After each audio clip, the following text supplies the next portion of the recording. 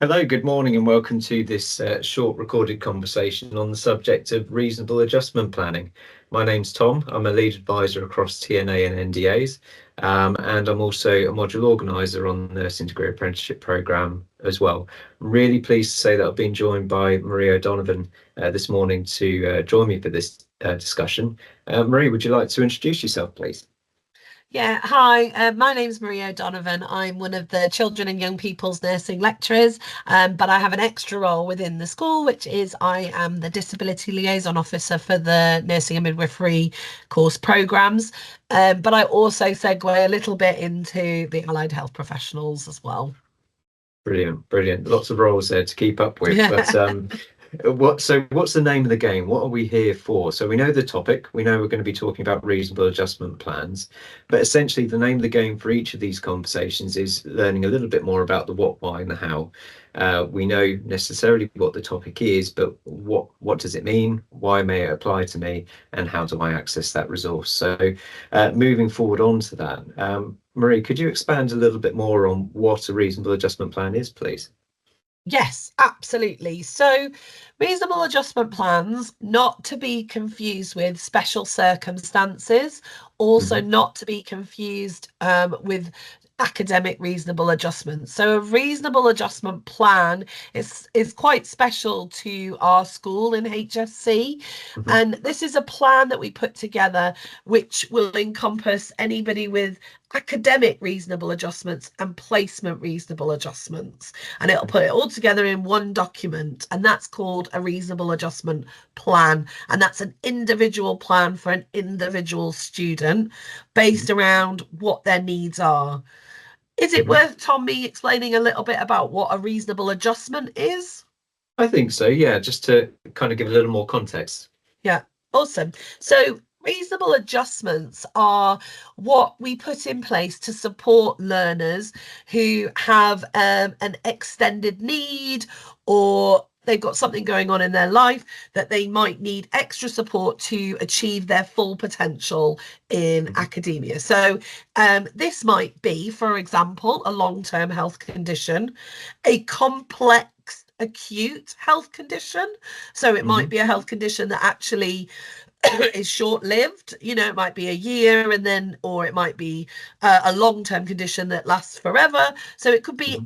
either one of those, or it could be a specific learning difference, or which we might classify as a neurodiversity. And what I mean by that is anybody with things like ADHD, autism, um, and dyslexia, dyscalculia, those kind of things. Hmm. But then also, when we talk about health conditions, sometimes we think most about the physical. This also encompasses anybody with a mental health condition as well. So, so anybody with any that fits into any of those categories might require reasonable adjustments Hmm. from UEA and from placements to support them in their learning. We want everybody to pass, and we want everybody to have an equal opportunity to pass. So reasonable adjustments are put in place to support students who maybe have a lot so extra things going on due to health, mental health, or neurodiversity, that we can then put support in to support them. And that is made up of either academic or reasonable or placement adjustments. Fantastic. So I think it's clear from that that this can apply to an awful lot of people with a lot of different sort of backgrounds and routes Yeah. into that conversation. And that leads us nicely into the why, really. And just to build upon some of from the topics that we've covered there, why may a person need a reasonable adjustment plan based on what we've learned? Absolutely. So again, a lot of what you need within a reasonable adjustment plan will be dependent on the individual. And we're Mm. really clear that these are individual plans because everybody's an Mhm. individual, and everybody Mm. may have adjustments that fit them and others that don't. Mhm. So things that we might recommend are things Mhm. like extra time in exams. So for students with a neurodiversity who struggle with processing of Mhm. information, they may benefit from having extra time, or if they struggle with rapid reading and quick memory recall, so Mm. they may benefit from a little bit of extra time to help with that processing, and so they can get adjustments that help them with their assessments. Also, for some students with long-term health conditions where they may end up having an exacerbation of that condition around an assessment submission time point, they may require an adjustment where they're able to delay their submission because they've had an exacerbation of their health condition. The other thing around some of these adjustments might need to be that if you have a hypermobility or a mobility issue, you may need adjustments in the actual physical environment of the learning. So whether that's in a placement environment or in a classroom environment. So, for example, if you have a hearing impairment, some of the adjustments might be that you need to be allowed to sit close to the front, require subtitling, be able to lip read, have clear view of the person speaking to you. So it really depends on what your needs are, and the process when we get to the how, I'm trying not to jump ahead now, is that you know you best, but that actually there's a conversation that happens where we can explore what we might be able to support you in. And that's where the plan comes into play, because you absolutely might not know what adjustments you need in a placement in a hospital, and that's okay, because as advisors and lecturers, we might be able to support you in figuring out what might work and support you. Yeah, absolutely. And I guess just to touch upon the subject of disclosure as well when it comes to those placement partners. How would you advise a learner on that subject in regards to making sure that their placement area is aware of their adjustments? Well, that's a really good point, Tom. Thank you. This is really fits in the why. So we at UEA cannot share any information outside of UEA about you. So the only way for your placement provider, so wherever you're going, whether that's, I don't know, the Norfolk and Norwich Hospital or James Paget or King's Lynn or Cambridge, wherever you're going, they won't know anything about you other than that you're a student on such and such a course at such and such a time point, and your name. So to get adjustments in placement, we use the reasonable adjustment plan as a way of giving you an ability to share your information without having to verbally do it.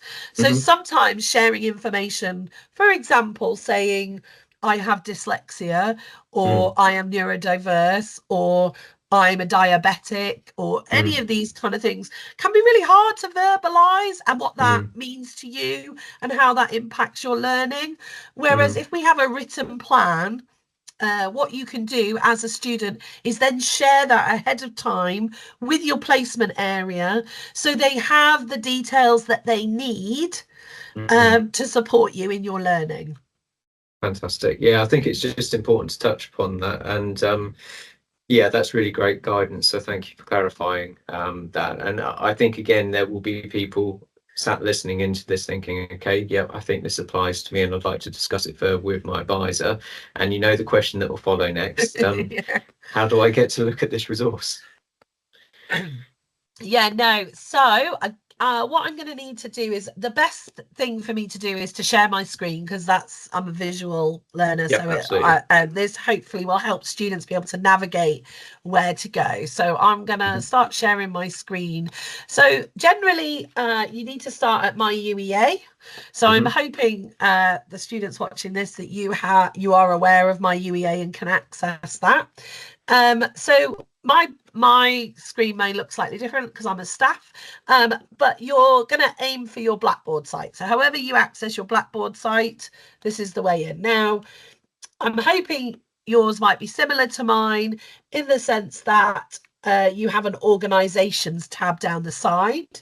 So if you click in your organizations tab, you may be able to find your student zone. Now, you may have another way of accessing student zone. Whichever way you access student zone, go that way, but this is the way I access it.